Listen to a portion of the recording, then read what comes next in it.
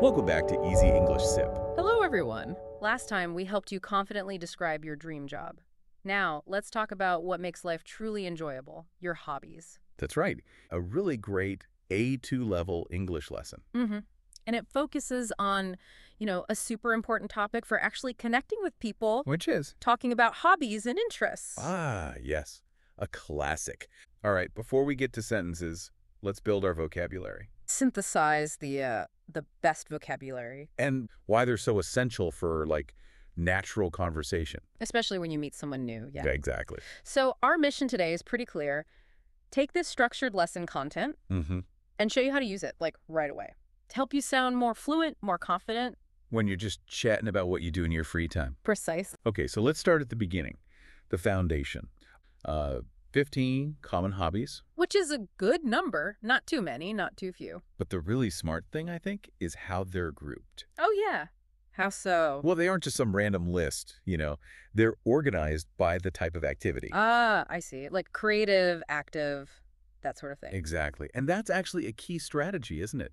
For smoothly shifting topics in a conversation. It really is a very smart approach because when you learn these nouns, these hobby names, in related groups, You can pivot faster in a chat. you got it. So the first group in the lesson focuses on creativity. Right. These are the art and creative hobbies. We've got 5 examples here. Let's hear them. Okay, so painting, photography, playing an instrument like guitar or piano, Mm-hmm. singing, and writing. Yeah. Stories, journaling, that kind of thing. And notice the example sentences they give. I love painting landscapes, or photography helps me see the world differently. Yeah, they're active verbs. Right, but more importantly, they nearly always include a reason for doing the hobby, not just the activity itself. Good point. That's the real key for conversation, isn't it? When someone asks about your hobby, you don't just say painting. No, you say why you do it. It helps me relax or something. Yeah, exactly. That opens the door for more chat. Absolutely. Okay. Okay, so the second group, this one's focused on movement, health. The sports and active hobbies. Yep. Here we see things like running, swimming, cycling. Hiking, yoga. Right. And what seems to stand out here, in the examples at least, is the focus on the benefits. How so? Like running in the morning gives me energy, or cycling being good for health and the environment, or yoga helps me stay calm. Ah, okay. So it's framing the hobby around what you get out of it, physically or mentally, shows you're maybe goal-oriented. Yeah, kind of. Though I have to challenge this a bit. Oh, Gar? Well, cycling can be a lot of work, seriously hard work. And I hear gardening, which I think is in the next group, can also be pretty intense physically. So why structure them this way? Is it just about, sweating? Huh. No, that's a great question. It's less about the physical output, maybe, and more about the primary goal or feeling associated with the activity. Okay, explain. So, cycling, running, swimming, they're often framed primarily around fitness, competition, or exploration, even if they're relaxing too. Whereas the next group, I think I see the final group, everyday and relaxing hobbies, is more about, winding down, internal pleasure, mental escape. precisely. That seems to be the theme. This group has cooking, reading, watching movies, traveling, and gardening. Okay, yeah, that makes more sense. Okay. Activities often linked to mental escape or domestic pleasure. Right. And things like cooking or reading are fantastic conversation starters. How so? Well, you can easily talk about recipes, share food, or discuss books, authors, genres. They naturally lead to deeper connection. Good point. Okay, so now we have 15 really useful words, these hobby names. The building block. But, and this is crucial, if you only use the word like, I like painting, I like running, your English is going to sound, well, Flat. Repetitive. exactly, Yeah. a bit basic. So now we get to the heart of this deep dive. The communication tools. Right. How to express things like commitment, dedication, or even, polite refusal. Okay. Here's where it gets really interesting. I thought so. Because these 5 essential phrases the lesson highlights, they move you beyond that basic A2 level really quickly. They're critical tools for small talk. Okay, let's break them down. Phrase number 1 is for that real, current enthusiasm. I'm really into. Yeah, I'm really into. It means you're probably spending a lot of time on it right now. Exactly. You wouldn't really say, I'm really into running 10 years ago. Yeah. It implies immediacy. It signals passion right now. Okay, second. I enjoyed. This one's more for general pleasure. It's broader, maybe less intense than really into. And there's a key grammar point here, isn't there? Yes. This is crucial. In English, verbs that follow enjoy almost always end in wing, the gerund form. So I enjoy read is wrong. Totally wrong. It has to be I enjoy reading or I enjoy swimming. It's a simple pattern, but getting it right really shows fluency. Definitely. Okay, third phrase. If you want to show dedication, that it's more than just a passing fancy. You use, I spend a lot of time. I spend a lot of time gardening. Or I spend a lot of time practicing the piano. It tells the other person, okay, this is a serious commitment for you. Exactly. Now, number 4. This might be one of the most critical ones for friendly conversation, especially in English-speaking cultures. Which is? I'm not a big fan of. The polite way out. Pretty much. It's the gold standard for saying you dislike something or just aren't interested, without sounding rude or aggressive. I'm not a big fan of horror movies. Much better than I hate horror movies. Way better. It keeps the small talk flowing smoothly, avoids awkwardness. Super useful. Okay, and the fifth one? This one's about context. In my free time, I like to. Right. It just clearly signals you're shifting the topic to leisure activities. Nice and clean. So yeah, these 5 patterns, they really are shortcuts to sounding much more natural. And you can actually hear them working together right now because the source lesson includes a short role play. Oh yeah, let's hear it. It shows the rhythm of real-life English, how these phrases build rapport. Okay. You be Anna, I'll be Ben. Sounds good. It- You start. So, Anna, what do you like to do in your free time? I'm really into painting. It helps me relax after work. What about you? I enjoy cycling. I usually ride my bike on Sunday mornings. Nice. Do you ride alone or with friends? Usually with a small group. We explore new places together. That sounds great. I spend a lot of time reading lately. I'm reading a mystery novel now. Oh, cool.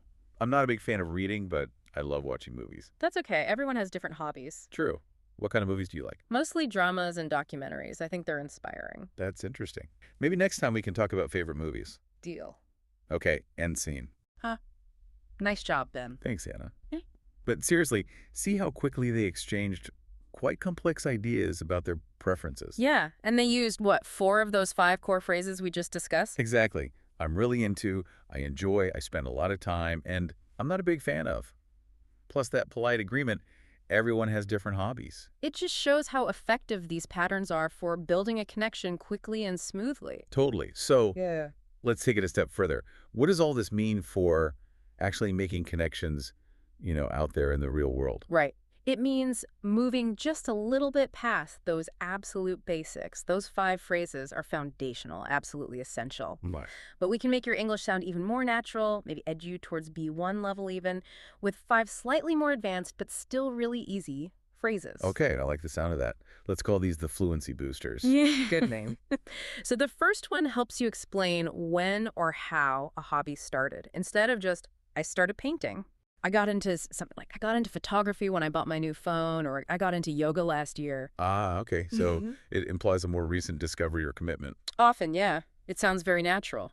Second booster. Mm. We need a better word sometimes than just relax. Okay. Try this. It helps me unwind. Unwind, like unwinding a string. Exactly. It's a perfect synonym for de-stressing, relieving tension. Gardening really helps me unwind on the weekends. Very common. Nice. I like that. What's next? Okay, if you are really obsessed with something, like you absolutely love it right now. Don't just say, I like it very, very much. Please don't. Instead say, I'm hooked on something. Cooked? Like a fish? Kind of. It implies a bit of an addiction or just intense love, usually for entertainment. I'm hooked on that new Korean drama, or I'm hooked on this video game. Gotcha. Okay, number 4. We learned I'm not a big fan of, Yeah. which is great and polite. Very polite. But what's maybe the most common, casual way natives express disinterest? This one. It's not really my thing. Yeah, you hear that all the time. Constantly. Want to go bungee jumping? Not really my thing. It's polite but clear. Historical dramas? That's not really my thing. Perfect. And the last fluency booster. If a hobby is genuinely good for your mental health, helps you forget your worries. Use. It takes my mind off things. Exactly. When I go hiking, it takes my mind off work pressures. Or playing guitar really takes my mind off things. Okay, those are brilliant. So we have the 5 core patterns and now these 5 fluency boosters. 10 great tools. A solid toolkit. But let's circle back a bit. Why is this whole topic talking about hobbies? Yeah. Why is it so culturally significant, especially in English-speaking places? Right. It's because this conversation topic is pretty much the #1 vehicle for small talk. The engine of casual conversation. You could say that. Small talk is how people, well, feel each other out, decide if they want to get to know you better. So asking, what do you do in your free time, isn't just asking for facts. Not at all. It's an invitation to connect, to find common ground.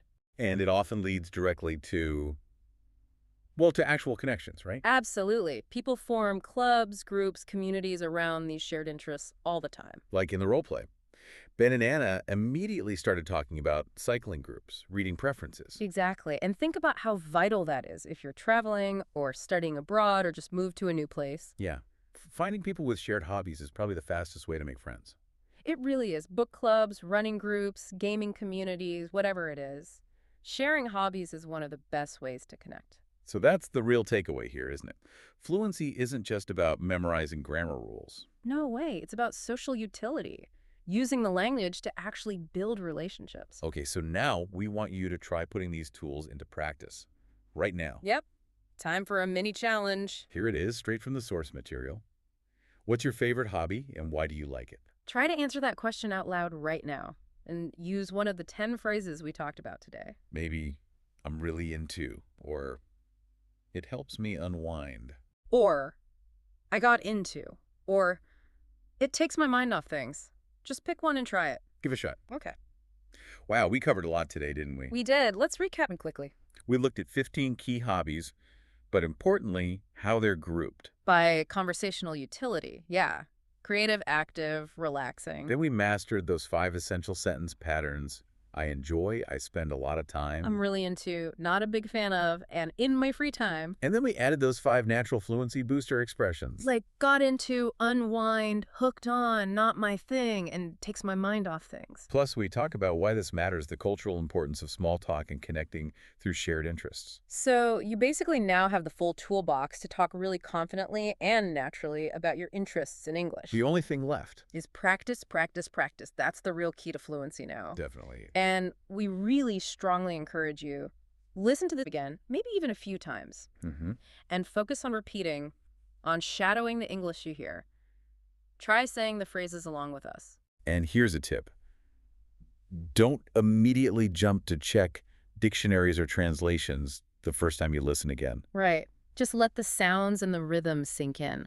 Frequent listening and active repetition, that's really key to learning to speak English fluently. Trust the process. Absolutely. And hey, if you enjoyed learning with us today, if you found this analysis helpful, we'd love it if you could hit that like button. Yeah, please like, share this with anyone else learning English, and subscribe to our channel, Easy English Sip. It really helps us out. Keep practicing, keep smiling, and keep sipping your English every day. We'll see you next time. Bye-bye. Bye, everyone. Keep up the great work.